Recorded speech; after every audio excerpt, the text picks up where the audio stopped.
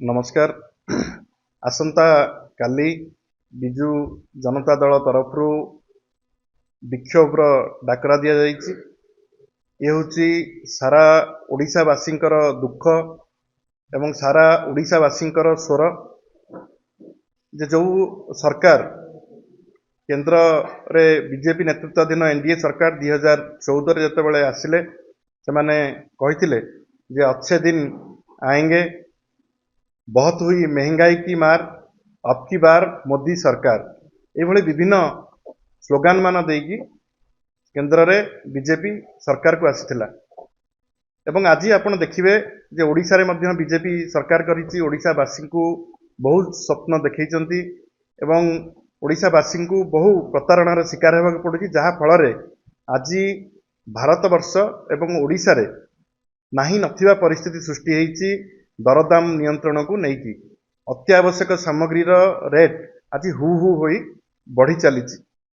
आज आलू कहतु, पियाज कहतु, तेल कहतु, रिफाइन तेल कहतु, अटा कहतु, पेट्रोल डीजेल कथा कहतु, सबुथिरे आज रेट बढ़ी बढ़ी चली। पाखापाखि 30% ऊर्ध्व यही 6 मास भितर रेट बढ़िलानी एवं लोक मैंने हंतसंत होउछंती। विशेष करके गरीब लोक मैंने जो माने मध्यवित्त परिवार लोक मैंने सेमाने किणिकी खाइबा पई वर्तमान सक्षम नुह एवं गरीब लोक मैंने वर्तमान तांका पाखरे कृषिजात सामग्री अभाव देखा देइछि। सेमाने वर्तमान ग्रामांचल रे आज आपण जदि देखिबे जे इन्फ्लेशन रेट विगत 21 मासरे सबुठारु कम माने सबुठारु इन्फ्लेशन जो थिला भारत वर्ष रे सेटा 5.4 एवं ओडिशा रे जो इन्फ्लेशन अच्छी सी पाखापाखि 7 रहुची। तो विगत 2 मास भितर जो अक्टोबर एवं सेप्टेम्बर अक्टोबर नवेम्बर को देखा जाए, ग्रामांचल रे यही मुद्रास्फीति हार 8 ऊपर को चली जाइए, जोटा कि ओडिशा वर्तमान भारत वर्ष रे मुद्रास्फीति रेकर्ड करने को जाऊँगी, जो कि आज रेट हु हु होगी बढ़ुची। अच्छा, 6 मास भितर एमती कौन है जे हठात मुद्रास्फीति ओडिशा बढ़िला? केवल ओडिशा बढ़ीनी, वेस्ट बेंगल रे कम रोची 4.8 अच्छी, झारखंड रे 5.4 अच्छी। ताने ओडिशा रे कहीं 6 मास भितर बढ़िला, जो कि आज खाउटी बा गरीब लोक माने हंतसंत होउचंती। एवं ओडिशा रे आपण जदि देखिबे सर्वे पीडब्ल्यूसी जोटा प्राइस वाटर हाउस कूपन से 63% कंज्यूमर नॉन एसेंशियल कमोडिटीज रे फाइनेंशियल कट करछंती। 74% निज पैसा को लेकिन चिंतित अछंती।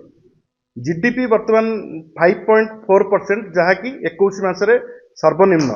इन्फ्लेशन बढ़ी बढ़ी जाउची एवं 8.23 रूरल ओडिशा रे, जोटा कि सबुठारु अधिक देश रे, एवं अर्बन एरिया रे 7.51।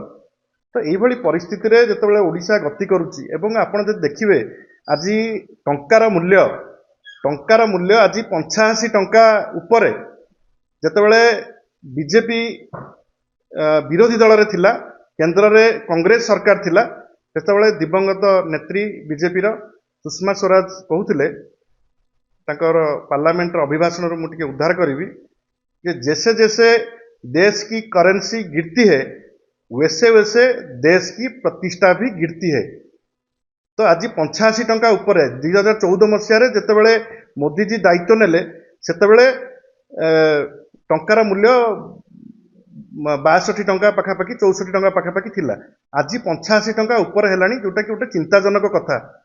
दरदाम नियंत्रण को नबाकू सक्षम नुहे एवं ओडिशार जो सरकार बीजेपी सरकार आसीची से माने बहु स्वप्न देखैथिले, किंतु से स्वप्न को पूरण करिबारे से माने असमर्थ होइचंती, विफल होइचंती एवं जहा लोकंकर पेट पाटना उपरे से माने कुठारघात करचंती एवं तांकर जो कुंभकर्ण निद्रा एपर्यंत भांगु नाही। एवं रेट जदि वेस्ट बेंगल रे झारखंड रे कम रहउची, ओडिशा रे काहेकि अधिका रहिबो, ये प्रश्न। एवं आमर आसंता काली जो विक्षोभ हम, ये विक्षोभ को आमे पूरा तृणमूल स्तर को नबू एवं प्राइस हाइक जोटा है नित्य व्यवहार्य सामग्री पेट्रोल टू आरंभ करके तेल टू आरंभ करके अटा पियाज टमाटो पर्यंत ଆଜି ଗରିବ ଲୋକ ସକ୍ଷମ ନୁହଁ କିଣିକି ଖାଇବା ପାଇଁ। ତେଣୁ ଏଇଭଳି ପରିସ୍ଥିତିରେ ଓଡ଼ିଶା ଯୋଉ ସରକାର ଅଛି ତାକୁ ଆମେ ଦୃଢ ଭାବରେ ନିନ୍ଦା କରୁଛୁ ଏବଂ ଏଇ ଯୋଉ ବିକ୍ଷୋଭରେ ହଜାର ହଜାର ସଂଖ୍ୟାରେ ଆସନ୍ତାକାଲି ଯୋଗଦେବେ, ଯୁବକ ଛାତ୍ର ମହିଳାମାନେ ସାମିଲ ହେବେ ଏବଂ ସରକାର ତାଙ୍କ କୁମ୍ଭକର୍ଣ୍ଣ ନିଦା ନ ଭାଙ୍ଗିବା ଯାଏ এই ଆନ୍ଦୋଳନ ଆହୁରି ତୀବ୍ର ହେବ ଏବଂ କାଲି ଭୁବନେଶ୍ୱରରେ ହେଉଛି, ଆଗାମୀ ଦିନରେ ବ୍ଲକରେ ହେବ, ପଞ୍ଚାୟତରେ ମଧ୍ୟ এই ଆନ୍ଦୋଳନ ଆହୁରି ତୀବ୍ର କରାଯିବ।